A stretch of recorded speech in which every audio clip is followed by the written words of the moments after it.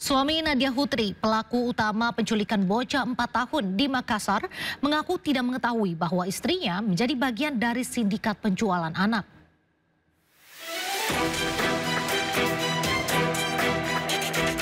Polisi telah mengamankan pelaku utama penculikan bocah 4 tahun yang hilang di Makassar. Pelaku yakni Sri Yuliana diamankan di Jalan Abu Bakar Lambogo, Kota Makassar. Sri Yuliana mengaku menjual korban seharga 3 juta rupiah kepada Nadia Hutri yang ia kenal di media sosial. Itu anak-anak kau jual di mana? Sama siapa? Hah? Siapa namanya itu orang? Orang namanya siapa? Berapa kau jualkan? Nadia Hutri diduga sebagai otak penjualan anak tersebut karena Nadia membujuk Sri Yuliana menculik anak dan menjual kepada dirinya seharga 3 juta rupiah. Sementara suami Nadia Hutri tampak kebingungan saat polisi menggerebek kediamannya. Suami Nadia mengaku tidak mengetahui bahwa istrinya telah menjual korban. Korban kemudian dibawa oleh Nadia Hutri ke Jambi dan dijual kembali kepada Mary Ana dan Ade Syah Putra seharga 30 juta rupiah.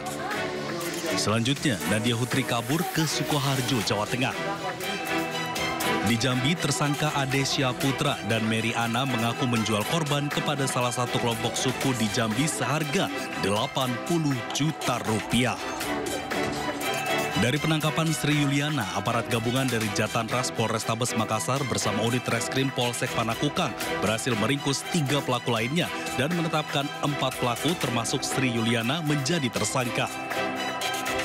Dari Makassar, Sulawesi Selatan, Leo Muhammadur, iNews melaporkan. Anak korban penculikan di Makassar, Sulawesi Selatan menjalani trauma healing dari Dinas Perlindungan Perempuan dan Anak. Menurut orang tua, usai diculik, korban menunjukkan perubahan perilaku.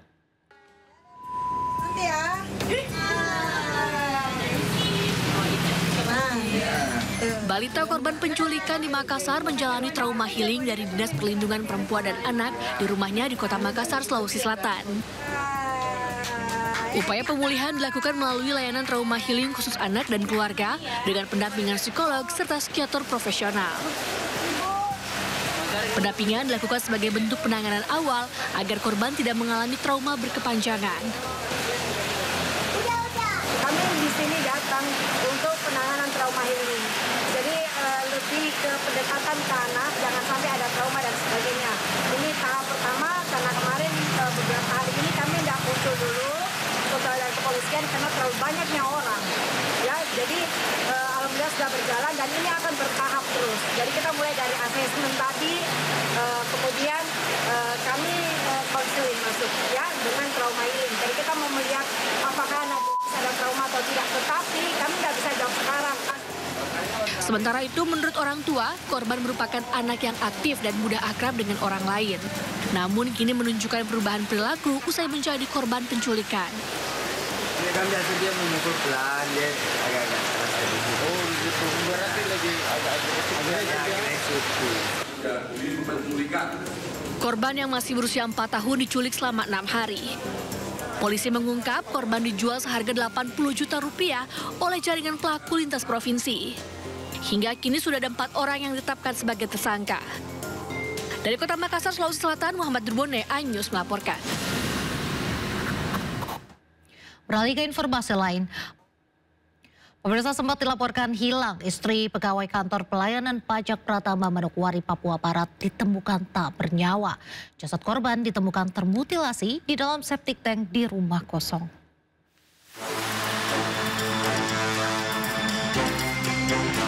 AGT, istri seorang pegawai kantor pelayanan pajak Pratama Manokwari ditemukan tewas mengenaskan.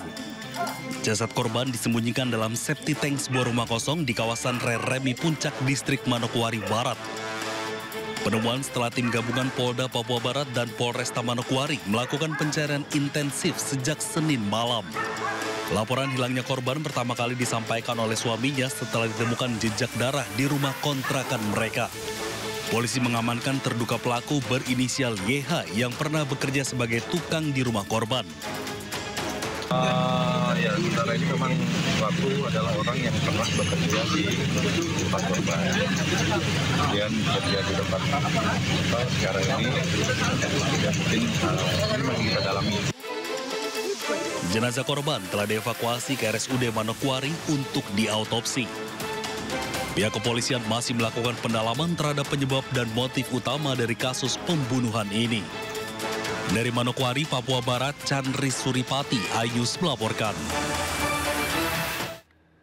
Ke informasi selanjutnya, polisi mengungkap identitas jasad pria dengan kondisi tangan dan kaki terikat di pinggir tol Jagorawi Citerep, Bogor, Jawa Barat. Korban pengemudi taksi online hilang kontak setelah mengambil penumpang melalui aplikasi online. Region ada mayat, ditemukan mayat. Warga desa Lewinutuk, Kecamatan Citerep, Kabupaten Bogor, Jawa Barat digegerkan dengan penemuan jasad pria di pinggir tol Jagorawi, kilometer 30. Korban ditemukan dengan kondisi tangan dan kaki terikat lakban. Polisi yang tiba di lokasi langsung melakukan olah TKP serta memeriksa sejumlah saksi untuk mengumpulkan barang bukti. Dari hasil identifikasi diketahui jasad atas nama Ujang Adi Wijaya, warga Depok. Pada saat kita ke TKP, kemudian kami melakukan olah TKP, selanjutnya jenazah tersebut kami bawa ke Rumah Sakit Kramat Jati, Jakarta. Dan setelah dilakukan beberapa pemeriksaan, bahwa jenazah tersebut dapat teridentifikasi melalui alat bahwa jenazah laki-laki tersebut bernama Ujang Adi Wijaya. Kabar meninggalnya Ujang mengejutkan keluarga dan warga sekitar tempat tinggalnya di Kampung Pitara, Gang Kemang, Pancoran Mas, Kota Depok. Korban diketahui merupakan pengemudi taksi online. Menurut keterangan keluarga, korban terakhir kali mendapat pesanan penumpang pada Minggu sore. Setelah itu keluarga kehilangan kontak dengan korban hingga Minggu malam. Warga baru mendapat kabar mengenai penemuan jasad Ujang sekitar jam 10 malam, beberapa jam setelah hilang kontak. Menurut warga, korban dikenal sebagai sosok pribadi yang ramah kepada tetangga. Tapi warga mah nggak pernah dengar ada masalah ya? Nggak ada masalah di sini, nggak ada dia. Dia orangnya baik. Juga belum lama pulang umroh. Kabar duka ini menyisakan kesedihan mendalam bagi keluarga korban yang meninggalkan seorang istri dan 1 anak. Hingga kini polisi masih melakukan pendalaman untuk mengungkap motif dan kronologi kejadian tersebut. Dari Bogor dan Depok, Jawa Barat, Cahyat Supriyatna, Yung Rizky, iNews melaporkan. Pemirsa, seorang siswi SMK di Kota Gorontalo diduga menjadi korban kekerasan seksual oleh aparatur sipil negara atau ASN bersama rekannya. Ironisnya, setelah melapor ke polisi, korban justru mengaku mendapat ancaman dari terduga pelaku agar mencabut laporan.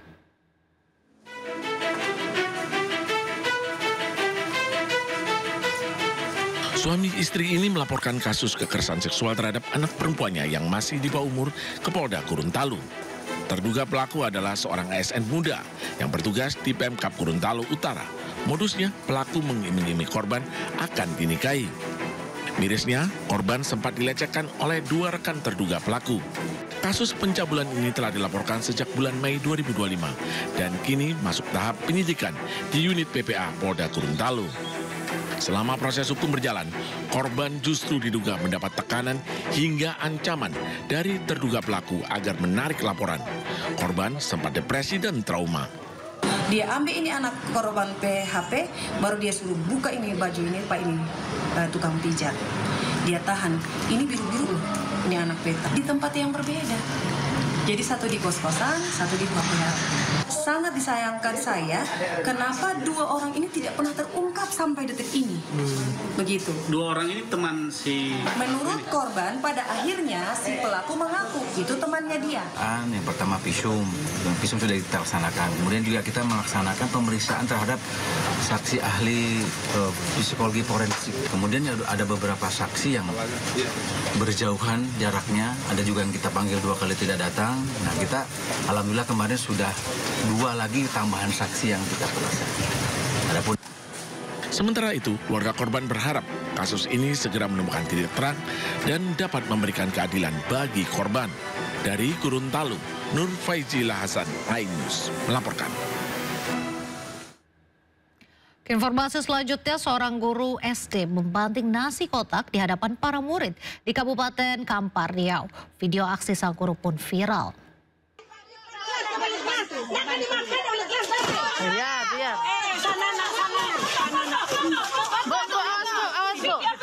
Aksi tak terpuji ditunjukkan seorang guru honorer SDN 021 Desa Tarai Bangun, Kecamatan Tambang, Kabupaten Kampar. Diduga pelaku emosi lantaran didesak guru lain untuk membagi-bagikan nasi kotak. Karena jumlahnya tidak cukup, pelaku membanting 2 ikat nasi kotak di depan ruang guru. Peristiwa terjadi saat jam makan siang setelah anak-anak selesai mengikuti kegiatan sosialisasi tentang perundungan. Di akhir sosialisasi, Dinas Pendidikan menyalurkan nasi kotak yang ternyata jumlahnya kurang. Ayo, masuk kelas.